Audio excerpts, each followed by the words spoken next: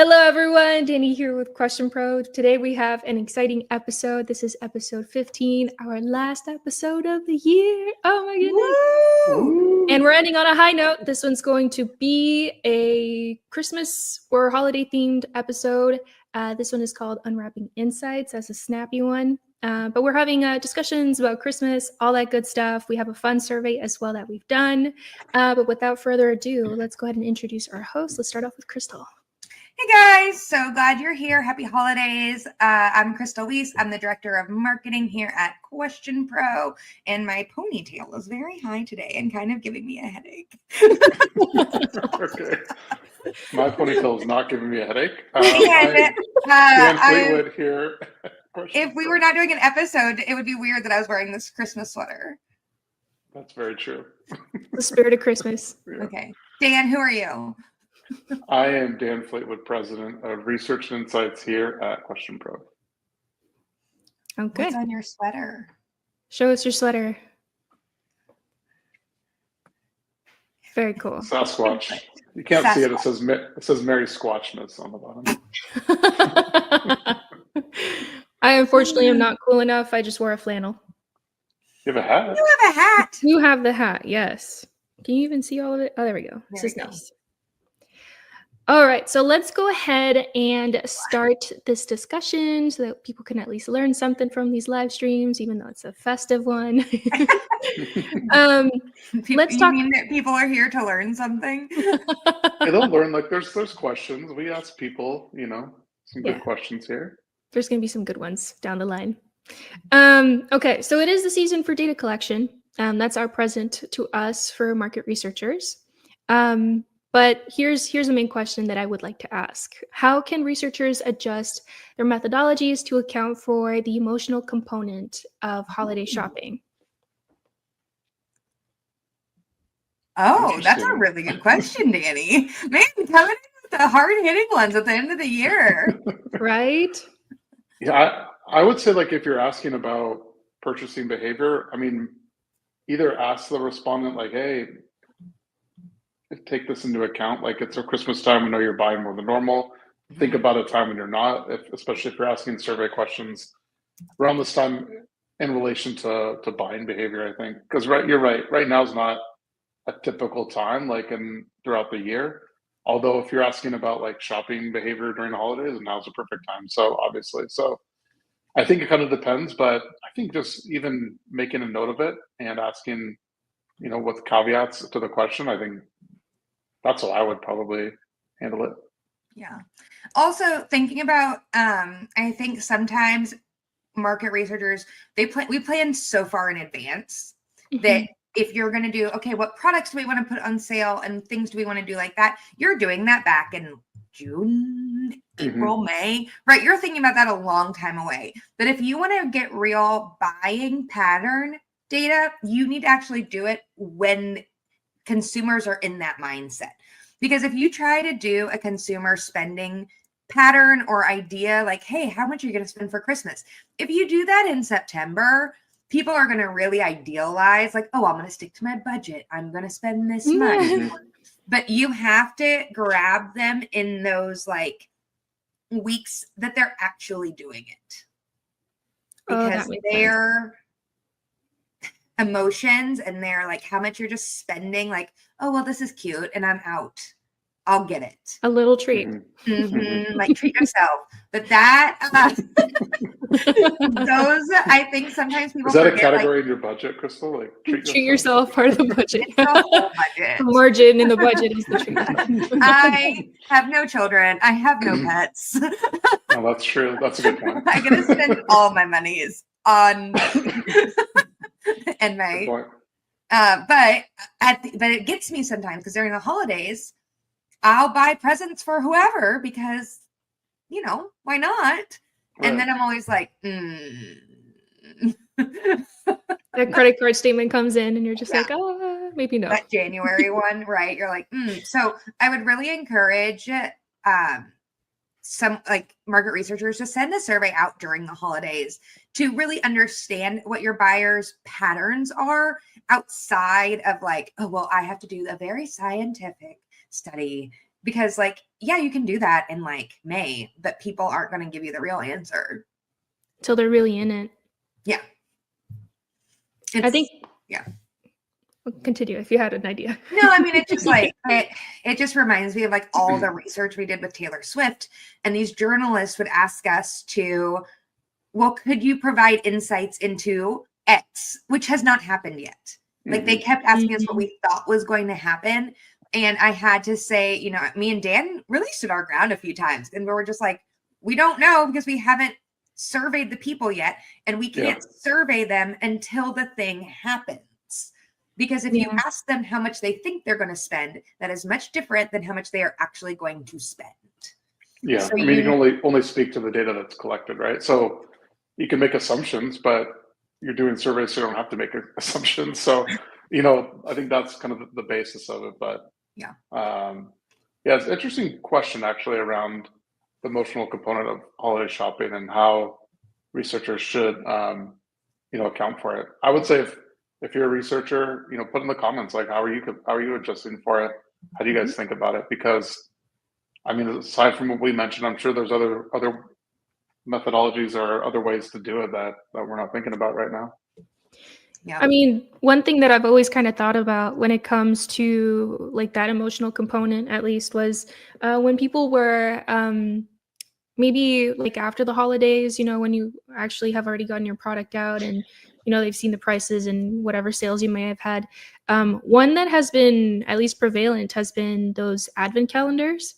I feel like that would be a really great case study to see if people really truly think they're actually getting, you know, their money's worth, or if they think it's just going downhill. Or like the Chanel advent calendar.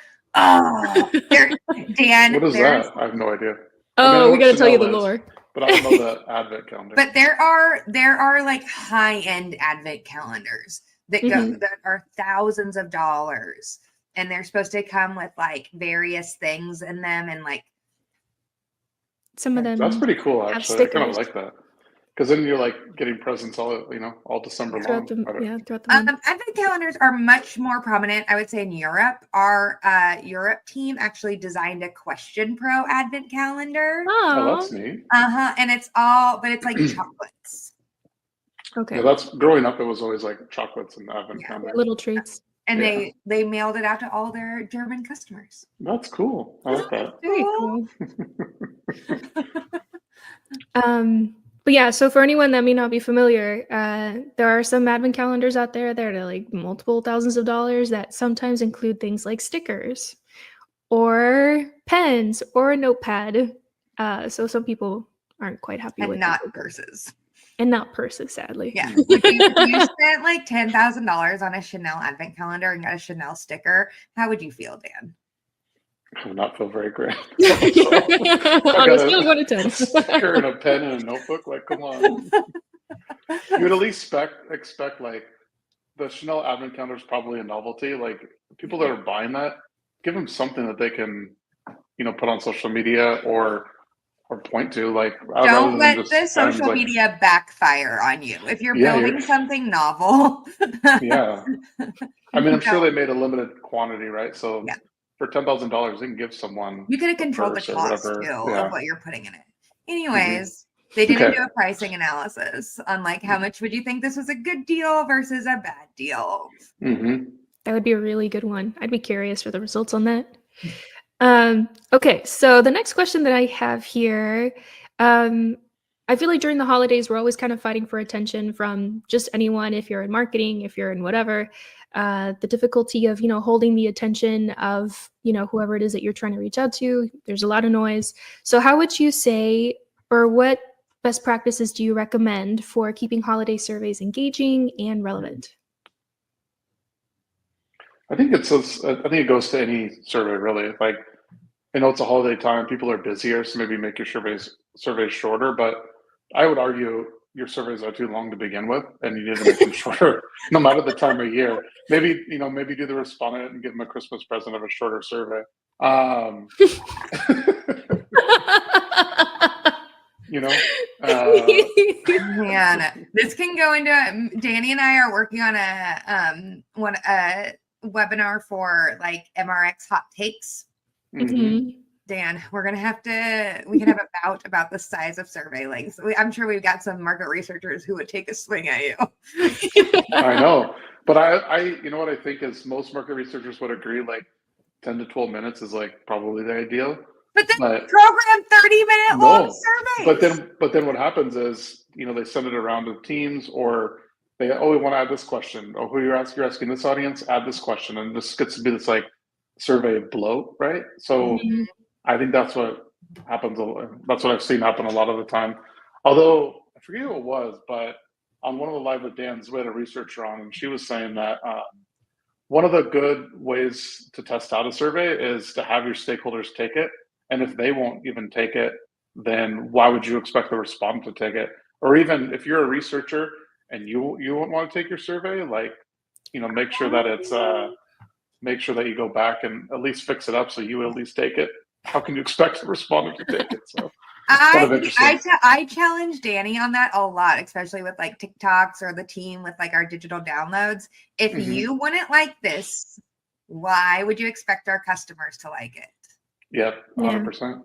Right. That really is like, I think, a point where we forget that. Like, you get so focused on collecting your data and your end goal, which we always talk about is great to have, but you really do need that advocate for the respondents in the middle, especially if they are respondents that are on a list that you've built, right? If you're like, 100%. Yeah.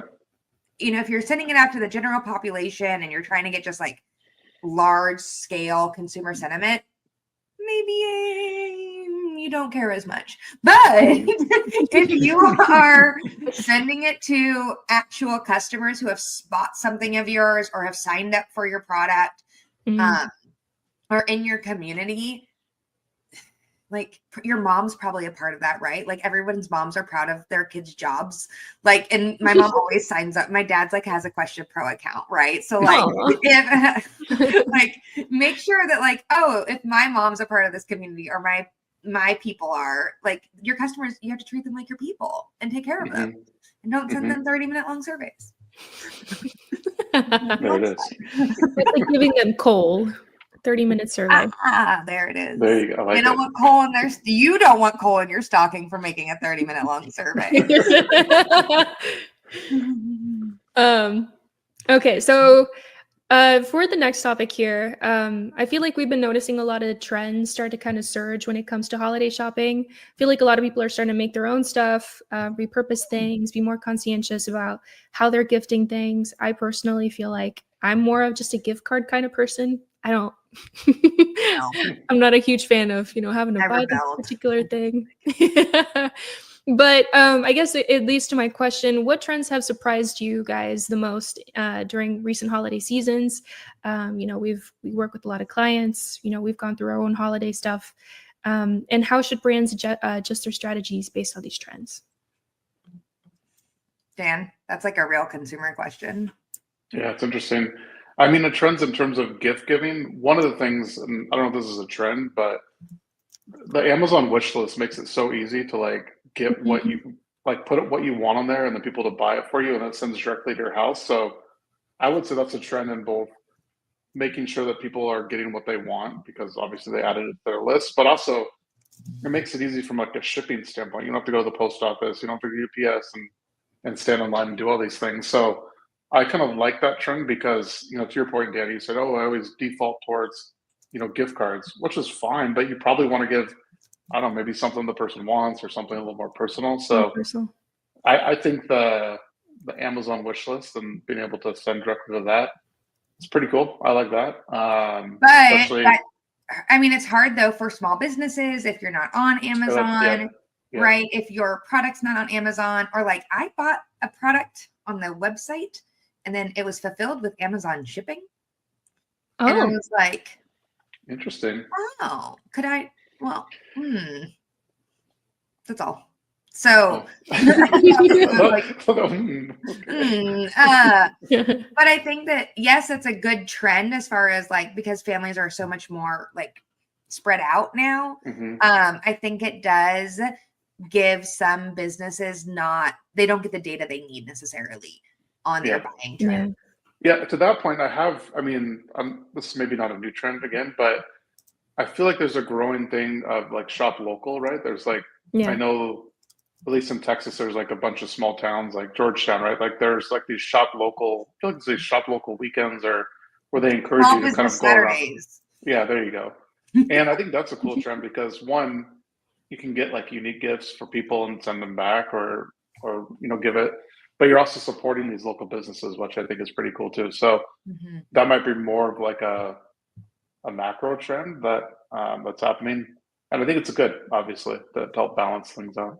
And if you're a large organization, there is lots of ways to sponsor those shop business Saturdays or like local markets, right? Like I go to a mini market here or like Blue Genie Bazaar. If you're a large corporation and you can sponsor small business activities without it being like a cross, I don't know what's the word. Like maybe overshadowing it. Yeah, or just being a competition. Oh, okay. Yeah. You know what I mean? Like if I was Walmart, it's in my best interest to sponsor a small business activity because sooner or later, maybe you want those products in your store. Yeah. Right. And so there is like kind of this collaboration, not competition idea, I think, that is definitely trending. But then sometimes I think like, sometimes the big guys aren't nice. Oh, come on. That's all. And Dan, I hear oh my God, it's so easy to ship on Amazon. Okay, but sometimes what happens is, let's say you Yes. are Go mailing ahead. your nieces and nephews gifts, and then your brothers just stick them under the tree in the Amazon boxes. Not even wrapped, not even unopened. Click the gift wrap option for like It $4. doesn't matter. Even if it's gift wrapped, they still just stick it under the tree in the box. What can happen? So I literally mail everything to my house or wrap it because I have like a theme every year in my wrapping. Right, this year it's all pink, like Christmas pink. So then I wrap it all, put it in another box, and then mail it because your girl's got a vision. See, there's another trend. Take it one step. Oh, One step more. I mean, I think holiday like designs are really like pink is really thriving this year. Pink is, huh? At Target, yeah. Okay. Well, those are some insights that we've gotten in there. Just like well, those are some insights that we got in there. It's a good transition to this next question that I have for you guys. So we've talked a little bit about data visualization in past webinars. What do you think? Because we've also touched on the whimsiness of making sure that when you're presenting the data, it's still engaging. So, what are some creative ways you guys have seen like holiday data repurposed for year round strategies? It's interesting. I don't know that. Good questions today. No, I mean these are good questions. Yeah. I mean they're good CPG. Like if you're a good like consumer goods company. I think of like the obvious, right? If you have like from a purchase standpoint, if you see obviously something that's pretty popular, it's going to kind of continue to trend into the new year. Likewise, if you see something that maybe you weren't expecting to be a big seller, but for some reason it caught on and it's kind of trending, you'll probably produce more of those and want to sell it more in the new year. So I can't think of any like specific holiday data that's been collected, but I mean, these guys will jump on trends, obviously, that and if something was a big success, they'll continue to put it into their year-round strategy for sure. I'm trying to think That's of pretty like obvious. the last time I saw like a holiday trend guide. Does that make sense? Yeah. There's not like a ton of them. I mean, Deloitte and PwC do them, but like it would be interesting to see the market research internally of, a larger company and how they do plan for it. Just because it does have to be a couple years out, to be honest, right? Thinking about just some of the customers we work with and how they do plan their activities so far in advance. But I think then also if you're working with things that do pop off, like with your advertising agencies or something, make sure you capitalize on that and do market research on maybe why it popped off. I'm kind of thinking about the Wyden and Kennedy did the McDonald's commercial this year with the "You Were Dead," and it was like purple, the vintage McDonald's guy. Oh, Grimwald? Grimwald. So that was actually Grimace. Grimace. Yeah. That was Yes. an advertising campaign that an agency called Wyden and Kennedy came up with. They also did the Old Spice guy way back in the day. Okay. And so but then that allowed McDonald's then to capitalize on merchandise and other activities. It started out as something that was fairly low lift, and then they were able to move fast enough to actually build physical things for it. And so I really think like if you're putting all this money into advertising general things for the holidays and something pops off, make sure you kind of have, I wouldn't say a plan, but a playbook that you can apply to that thing directly. Well, and to that point, like I've seen like there's these Starbucks commercials now that revolve more around like ASMR, right? And then you can see they're involving that into the commercials. What I thought was interesting because clearly it's like a social media thing, right? Where you see these like ASMR videos of people doing whatever. And then, but it's weird that like Starbucks, capitalized on that because you think about it making coffee, there's a lot of sounds there that people are familiar with. And so it was interesting because it evoked not only feeling visually, but also audibly as well. So those kind of trends are interesting where these big corporations or big businesses seemingly like tap into these trends on social media, which I think is great. They should do more of that. Yeah. And it's all about having that ready playbook. Yes. You don't have to plan for it to pop off, but have a playbook to take advantage of it when it does. Yeah. I think my thought process was more like when like if maybe the holidays are a good opportunity to like launch something new and maybe put it in like an actual rotation of products if it does well enough, I guess, if it's like a holiday exclusive. That would be a good idea too. But okay, let's go into new trends for the year. This is going to be our last episode in 2024. So, oh my goodness, I can't believe we've been at it for so long. Well, this is a little, typically like right now, like Dan is fielding his consumer trend guide for 2025. So we don't really have the answers yet. But if you want to go back, we've done it 2 years in a row with Stephen Krause and John Last. It's a great webinar. Yeah, it's awesome. We've done it at least 2 or 3 years now. 3 years, I think. Yeah. Wow. This will be like probably year number 4. But that'll be coming January something, late in January. Yes. MRX Unplugged, breaking the news. There we go. You heard it here first. There you go. So I guess on a final note, what do you think will be the most impactful trend in market research for 2025? I think more AI. I think also synthetic data will kind of be on the rise. I still don't know how that's actually getting applied. You keep saying the words and I keep nodding. And then I just keep saying the words, that's all I gotta do. Like, is it panels? Like, is it synthetic data panels? Is that what's happening? Well, you can tune in. Well, hopefully you've already tuned into what synthetic data is, but there's a lot there. I mean, I think I'll explain it to you, but there's a lot we can do with synthetic data.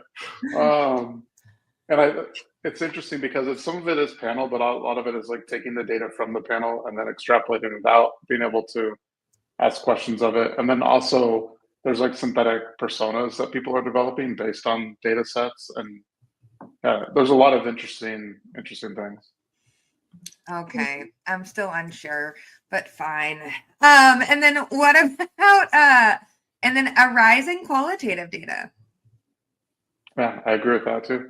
Yeah, I think qualitative data is going to make a comeback, man. The resurgence of qual. I like it. Ooh, the resurgence. All right. So now we're Asynchronous call. asynchronous quali quant, all the words just jumbled together. Okay, so we have a survey that I'm going to start sharing. This one was just, some silly questions, some serious ones in there, because it's the holidays. Why not? Holidays. Yes. So this one was for 400 plus respondents. That's kind of the numbers that we're working with here. So the first question is, what's your go-to Christmas shopping style? The number one answer was, I wait for the sales and shop strategically, which I kind of relate to because I am a last minute shopper for sure. I'm gonna start early. Like I'm gonna start now. Like I looked at the calendar and realized I only had a couple weekends between Thanksgiving and Christmas, and was like, less than ideal. So I have a couple places on my mind that I'm gonna hit up this weekend. Probably take it early afternoon next week and go a couple days. There you go. There's a couple bazaars I like in town, but like going on the weekends is crazy. Yeah. So but my family picks names. So I only have to shop for one person. But then because it's just me and I like to buy things, treat yourself. You try to go find like little local gifts for like my parents or something. Dan, what about you? Are you a shopper or is Sarah the shopper? I start my holiday shopping when Sarah says we started holiday shopping. But if it's me buying stuff, it's always like last minute. So yeah, my dad used to go to me and my dad when I was in high school would go to Sam's Club, which is like Costco, the night before Christmas Eve at like 8:30, and they closed at 10, and we would do all the shopping in one night. I mean, gosh. Take away like the should I not buy it? Well, you got to buy it. Oh yeah, it was actually kind of fun. We only did it. Yeah. I'm sure it wasn't as many years as I thought it was, but it was at least 2 or 3, and it was kind of fun. Oh, I like it. Yeah. Okay. Second question that we have here is, what type of gifts do you prefer to give? Unique or personalized gifts, which kind of goes back to the trend that I was mentioning, conscientious gifting. That one had 49%. But who wants practical gifts for Christmas? I do. Like a thermometer would be nice, like a kitchen thermometer. That's a practical one. Oh my God, Danny, that's like we could just buy you one. That seems like my mom put clothespins on her Amazon wish list, and I was like, no. No, just buy the clothespins, Mom. Come on. I'm trying to think of the last practical thing my mom got me. She got me like an inclusion blender. Oh yeah, those are cool. Oh. Yeah, I never use it. It's been in the box. But she did buy me a cheesecake pan last year too, and I've used that a lot, like a spring foam pan. Nice. I was actually surprised at the results here.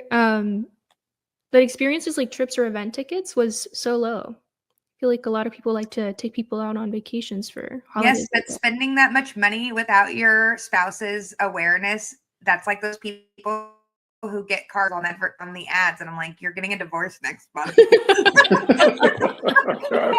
spent how much? Yeah. You guys are buy 2? Why not? You're in the mood. Come on. What if you like your other car? Okay, anyways, where do you shop the most? Amazon. See, there we go. Wish list. Send it direct. 44%. Big box stores like Walmart or Target. Yep, that was the second highest one. And then specialty and niche stores was 16. So yeah, bummer. Where do you get your gifts, Dan? Where do you buy Sarah's gift? Depends on what it is. I mean, depends on where I go. I don't know. What are you getting Sarah this year? I don't can't know. spoil it. Can't spoil it. It doesn't know. I have some ideas. You still got a couple like a week, Probably something I'll like say that left. Amazon. Yeah. Oh my gosh. Okay, what inspires your my own creativity and ideas? Who's this creative? Wow. Yeah, typically I'm like, hey, what do you want? Give Just me a tell me list what of you want, things. please. Don't make me guess. Yeah, ads and promotions, not a super high score. Recommendations from friend and family was the second highest one, which makes sense. No matter how much JC Penney's plays those commercials, I'm still not going there to shop for Christmas. Uh, Oh, sometimes they get you good, but yeah. not all the time. What's your favorite part of the Christmas season? Number one answer was spending time with family and friends. How cute. Whoa. Sorry. I Excited. think relaxing, enjoying the break. I think that's Dude, it's going to be a weird week because it's on a Wednesday. Yeah, we've been having a lot of holidays, like in the middle of the Take week. the whole week off. Essentially, corporate America is offline for 2 weeks. Yeah. Which Perfect. I don't really hate, but I also am like, what? 2 weeks of being like, I'm going to Kansas. Like, I need to be able to work to do stuff. They have internet in Kansas, right? Don't they? Yeah. So I typically go to this like one restaurant that has a nice bar, and I'll go there and work and read and do stuff. But then this last like couple years ago when I did that, I took my parents to dinner there one night because they have one of the better gluten-free menus in Topeka, which is like 5 restaurants. Mhm. And the bartender saw me sitting on the patio with my parents and was like, "Oh, hey, Crystal, good to see you." And I was like, "Yo, bro, That's pretty I funny. have been in here every day this week because I needed to get away from my parents and sit quietly at the bar and work. You don't blow my cover when I come Did you in tell here. your parents you're going to the library or something? I just said I'm going out."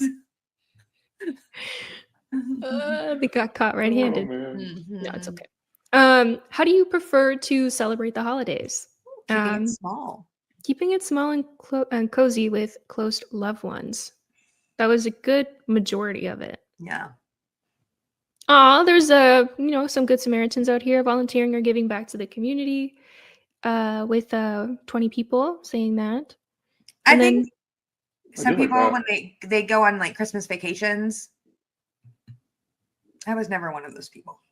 Yeah. I was one of those people. I took my family out to see the fireworks for New Year's. Nice. Yeah, That's San cool. I like Francisco. that. I have some friend, like a friend, she's my age, and her family, they go to Hawaii every year for Thanksgiving. Oh, that sounds fun. And I was just like, huh, okay. So have fun. Next question here is, how do you like to shop for the holiday meals? The biggest answer here was, I stick to my local grocery store. So Yeah, not HEB for the win. Let's Yeah, go. ordering out. I just did an HEB pickup earlier today. HEB for the win. Texans will Dude, get it. also, if you guys, anybody in Texas that needs a last minute holiday gift, those $5 warm tortilla candles from HEB, Oh, I gotta get one of those. they're so cool. And they make They really do like smell like unique. it. I gave my sister-in-law last year, I gave her one of those with a Frankie jean. It's a local women designer that said, "You had me at tacos." Nice. So, Cute. yes, see? Shop local, even at HEB. I was actually kind of surprised here. One of the answers was, I rely on pre-made meals or catering, and 24 people answered that. Catering they is got so their big much easier budgets. these days too, with like Whole Foods. You can also get catering from a Michelin star restaurant in town before they were Really? a Michelin star. Yeah, they have like a Interstellar Barbecue has like a holiday kit you can buy. Oh, that's pretty cool. I like So does that. Franklin's, KG Barbecue. A lot of Costco even has you can feed. It's $40 for like people. It's a turkey dinner. Mhm. So, yeah, get those pre-made Gift meals, guides. people. And then our last question here is, how do you usually unwind during the holidays? Perfect question to end here. 51% said watching Christmas movies or TV shows. which is so Did cute. you forget to Yeah, I put do like football that. on here again? Yes. Is there football during Christmas? There's I don't like know yeah, the sports. Yes. Netflix is streaming a game on Christmas, Chiefs and Ravens, something like that. and it's in Houston. Not No, sure. Chiefs versus Pittsburgh Steelers. And then someone else is playing because Beyonce is doing the halftime show. Yeah, I Oh, know. what? But that's all. So it's gonna be on Netflix. Yeah. So Nice. Netflix is streaming it, which is interesting. Netflix is getting into Live sports. sports. Oh, dude, I just listened to a very good podcast about it. Anyways. Did you? Did they talk about the Jake Paul Tyson fight? Oh. And they're talking about, yes, they're getting into live sports, but they're getting more into picking their live sports. So they didn't go through the Wrestling Federation for that fight. They just paid them each individually. Oh, interesting. So it's more about Netflix is getting into showcases than it actually like having to pay the NFL for rights to stream. Interesting. So they could build their own all-star games. They could do like I want Banana Ball, like the Savannah Bananas. Like, why aren't they on Netflix? Like, that would be amazing. I have no idea what you're talking I don't know about what right that now. is. The Savannah Bananas? Okay, I'll send you a link. They're like, they're crazy. They're like the Globetrotters of baseball. Oh, really? Oh. Yeah, and they do all these trick plays. They're like, the story is like crazy. And they just like sold out and they did like an MLB stadium tour this year. Really? Mm-hmm. Huh. Anyways, No okay, clue. well, I know something you don't know about sports, Dan. See? The Savannah Bananas. There we go. Savannah Bananas. But I will be watching that Chiefs game on Christmas Day. Yeah, I'll watch it for sure. The sports. I keep forgetting the sports. Sorry. This is where biases come in our surveys. Okay. That's true. Also, Dan, are you and the girls gonna watch the Hallmark Travis Kelce, Taylor Swift inspired Hallmark? Is there one of those? I'm sure we'll watch it. Yeah. Travis Kelce's wife or mom is in it, and Savannah Guthrie from the Today Show's in it too. Really? Wow. I'll send it to you so you can watch it with the girls. Sucked into all those Hallmark movies. I'll make you the coolest dad alive. All right. Well, we got cool insights. We got some extra tidbits of information for people to be able to, watch during the holidays. But, for anyone that's watching until the very end of the episode, you guys are my favorite people. Thank you so much for sticking all the way through. Thank you, Dan and Crystal, for being on the show today. But to anyone out there, stay safe and have a good time. And I'll see you guys next year. Happy holidays!